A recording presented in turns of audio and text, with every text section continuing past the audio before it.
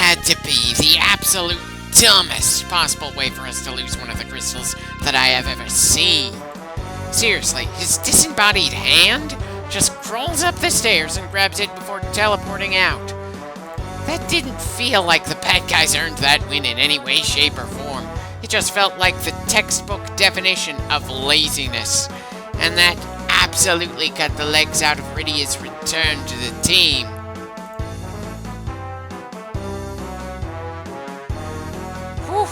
I was worried he'd ask for us to retrieve the 8th crystal so we could try to put it in a more secure location or something. I suppose going after the 7 that Golbez has at the moment isn't a bad call, but still. I think we don't have any options, so we may as well go along with this plan. Either we manage to pull off some major victory against the bad guys, or we don't. Either way, it's hard to really give that much of a damn with the sheer number of Aspals we've seen in this game. Our efforts don't feel like they mean all that much when disasters come out of nowhere, and help can pop in at any moment. Anyway, before we get moving to our next major location, it's probably a good idea to look into the healing the team at the moment. 3 of us were knocked out because the script demanded that Cecile be in dire straits when Rydia arrived. And Rydia went down because, well, she's almost as fragile as Tella was in terms of HP, despite the fact that she definitely grew up a decade or so since the last time we saw her.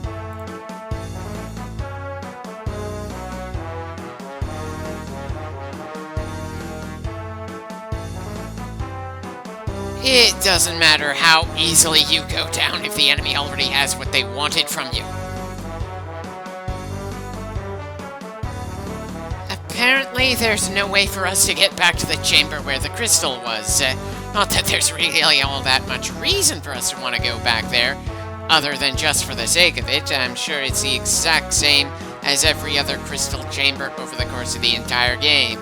Same size, same look, same everything.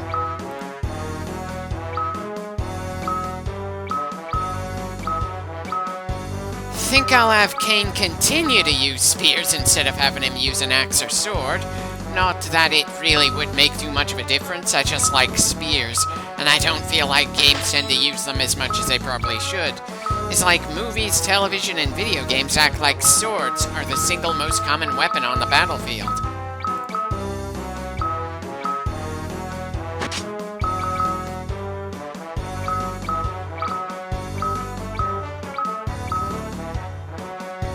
Doesn't look like there's anything else here that really calls to me.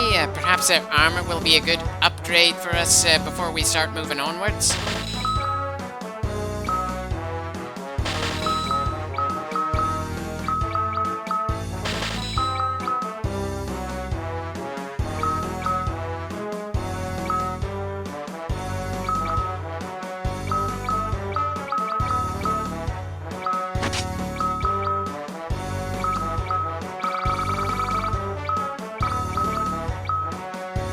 It might not be a great idea to sell all the equipment that we had Sid wearing, but I have the distinct feeling he's going to be sticking with his engineering job for the rest of the game, especially since we have a full party of 5 at the moment. Again, I appreciate that his exit from the team was something he willingly did, because he has other work to do and other talents. It wasn't a case of him getting attacked and disappearing for a chunk of the story. I really wish the other members of the team who left did so for similar reasons. We've had plenty of false deaths and one actual death in the party so far, and it's gotten to the point that the game's attempts at drama just plain will not work all that well.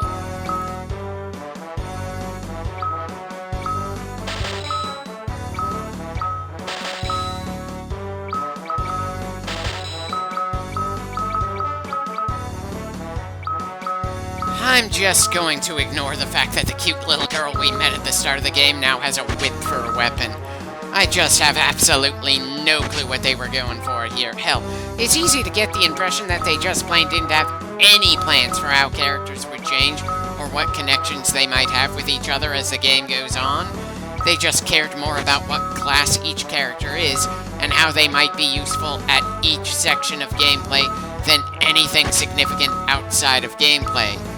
Again, it's forgivable considering how little storytelling was in role-player games before this, but it's hard to just let slide altogether.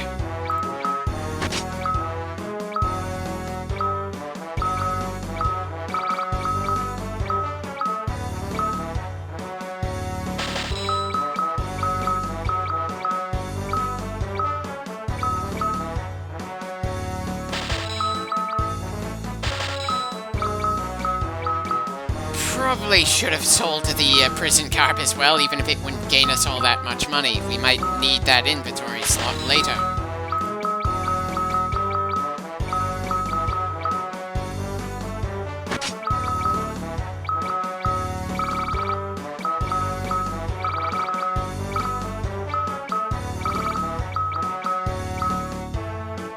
There we go. Sure, our bag can hold quite a lot of things, but we can't hold absolutely everything all the time. We need room for items that we can't possibly buy that are going to be potentially useful, like the unicorn horns and things similar to that.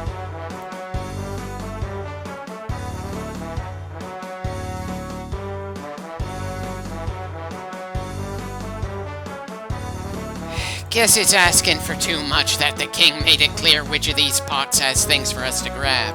And apparently, it was none. The only things for us to grab around here are the chests in the awkwardly designed top floor.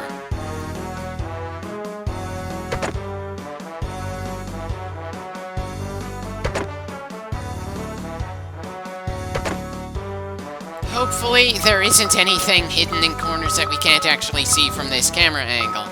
Have I mentioned that I hate the whole hidden items and hidden paths thing that Final Fantasy 4, 5, and 6 love to do? Hell, I wouldn't be surprised if Final Fantasy 3 got that started in this series. Anyway, that should do it for this section of the castle. At the very least, I certainly appreciate the amount of armor we could get from the store. Certainly a nice change of pace from earlier castles and towns, giving us barely anything worth buying in the equipment stores.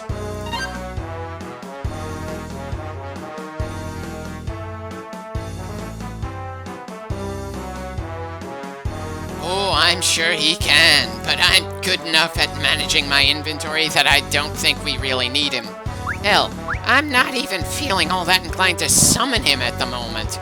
We've got plenty of exploring to do, since after failing to save the crystal, a lot more of the castle is available to us. I'm sorry, but that sort of thing should be a reward for doing well, not something we gain after a scripted loss. Hell, it wasn't even a well-scripted loss. We had to beat 2 bosses back-to-back, one of whom was the main villain of the entire game. And after quite clearly beating them both, the villains still gained the crystal for the sheer sake of making things seem a bit bleaker overall for our side. It just didn't do anything to make Golbez come across as especially capable. It just made Cecile and the rest of the party come across as absolute morons. Again. It's not even like they were distracted by anything when that hand moved to grab the crystal. They just watched it happen. Just like they watched it teledie and did nothing proactive when the scene was happening.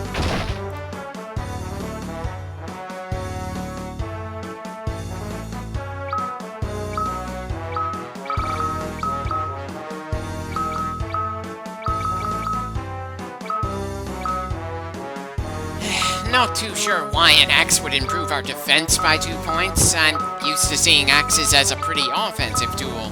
Hell, I'm pretty sure a sword is better for defense considering its versatility. But then it's not like this game has graphics anywhere near good enough to bother with fight choreography.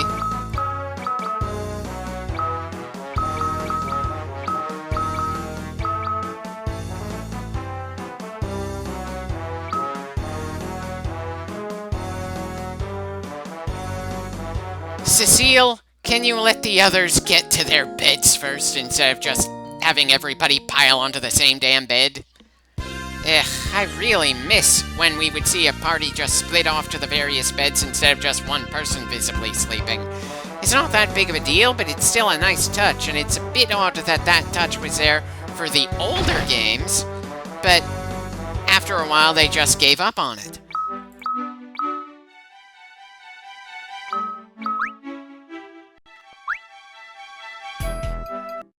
Well, we can certainly afford to use some more footage to keep things going in this clip. No need to end it right there. We've still got a lot of footage before we get to the credits of this game, as far as I can tell.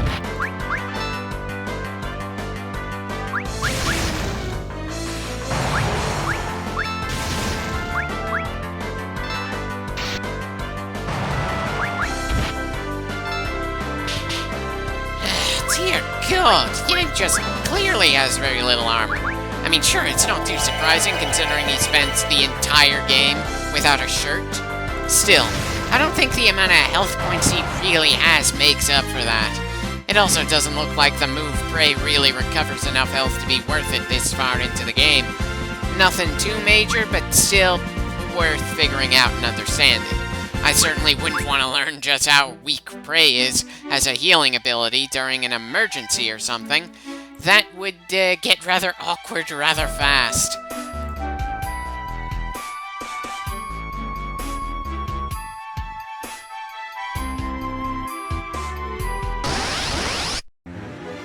Seriously? 22 clips into this game and we're still running into goblins. I mean, sure, this is a different palette swap than we're used to seeing from the goblins, but still, I generally consider them an early game enemy, and we're far too far into the game to call this the early game anymore. Not that the story itself has done anything to hint at how much longer we're gonna have to keep on fighting.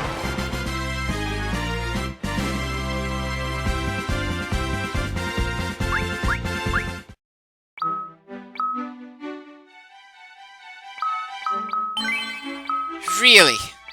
We needed to hit the organize button just to get all the potions we bought to only take up one slot in our bag? I would have thought that would be automatic. Dear God. Speaking of, looking at that inventory, I can't help feeling we should do some more shopping before moving on, but we'll see if I actually do that when I get in there.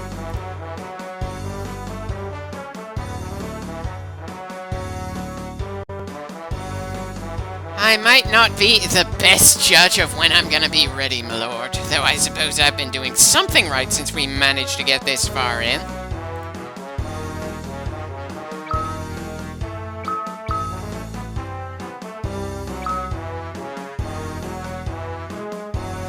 Wait, why am I resting again already? We did barely any fighting before pulling back.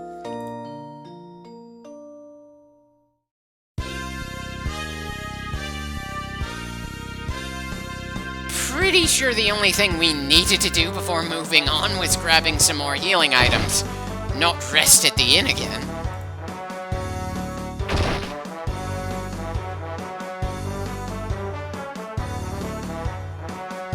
What? Am I trying to remember where the path that we're supposed to take forward is from here?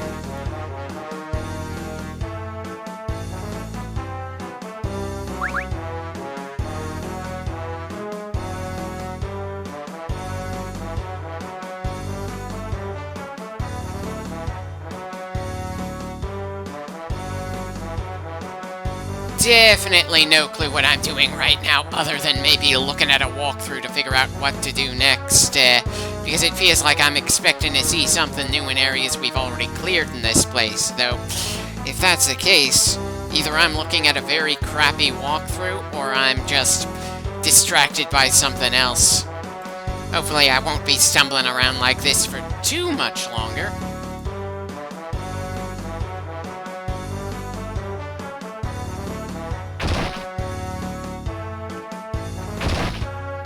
Yeah, if there are places in the castle we haven't gone to yet, I can't seem to see them at the moment.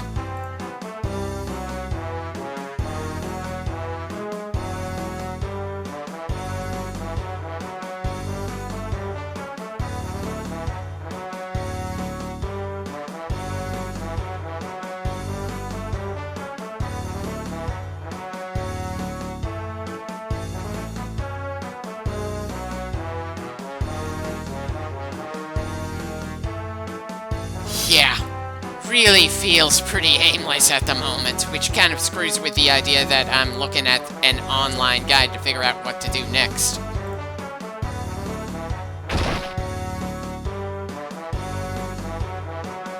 Please tell me this means I'm gonna start making some progress again.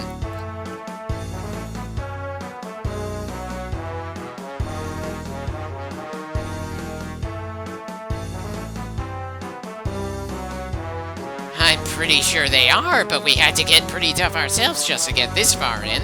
And considering how we took Golbez down, it's a bit tough to imagine things going badly for us as we keep pushing forwards. But then I suppose we've had more trouble with the random encounters than the bosses for a good chunk of the game. Who's to say this is going to change that up in any way, shape, or form? As a side note, got a small bit of footage where I was just reading that short come back in one piece message for far too long. Kind of a good sign that I'm trying to do something else at the same time as working on recording the footage for this session. Kind of a shame I didn't write a note saying what I was doing at the time, but it was probably just something random, like answering a phone call or something.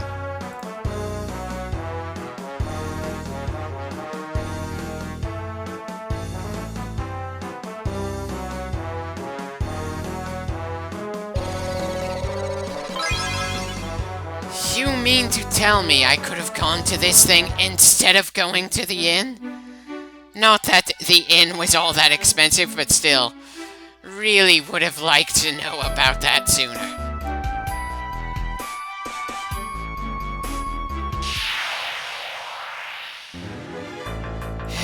Guess we're getting the jump on these bastards, whatever good that does.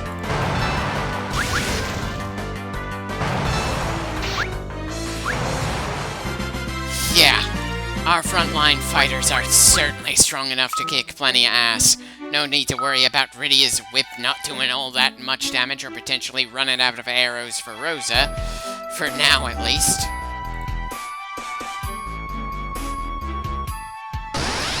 Okay, seems to be a dead end this way. Ah well, we haven't gone all that far, so it's not like we're losing time because of that little mistake. If anything, we lost more time because I was wandering around for no apparent reason for a good chunk of time.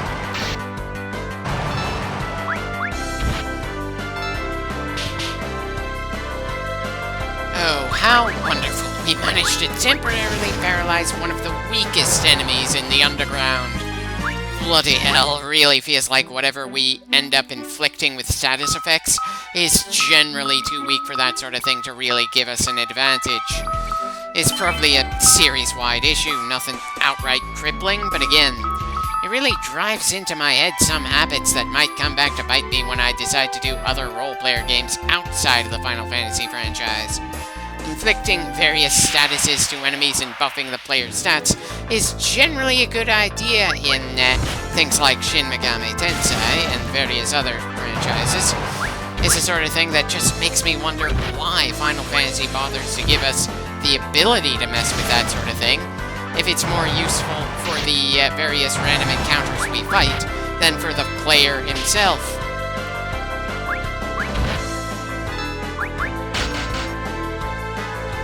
Well, that arrow certainly didn't do much.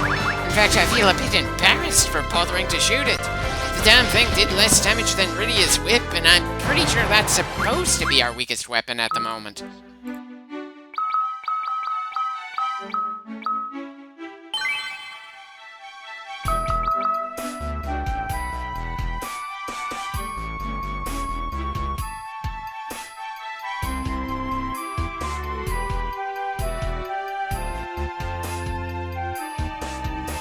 Well, at least it looks like there's not all that much room to get lost on our way to the Tower of Babel. Bit of an interesting name for a tower that a villain is using as their headquarters. The biblical Tower of Babel was something humanity built to try to reach all the way to the heavens. God didn't like that for some reason, I never really remembered why, and then decided to confuse people by making sure there were multiple languages being spoken in the area, not just the one. Bit of an asshole-ish move, but at least it wasn't as destructive as the whole flooding the world thing. Anyway, it looks like we found the tanks. The tower can't be too much further away.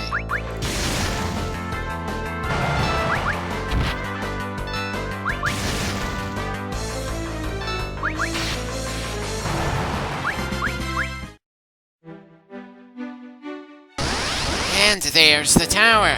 Just need to deal with some more random encounters and we're in.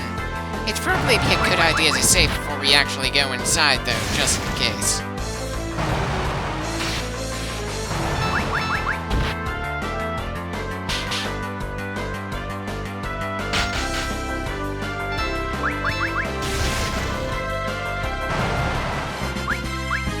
We're really not getting much money from the random encounters out here, are we? At least the experience points are still good.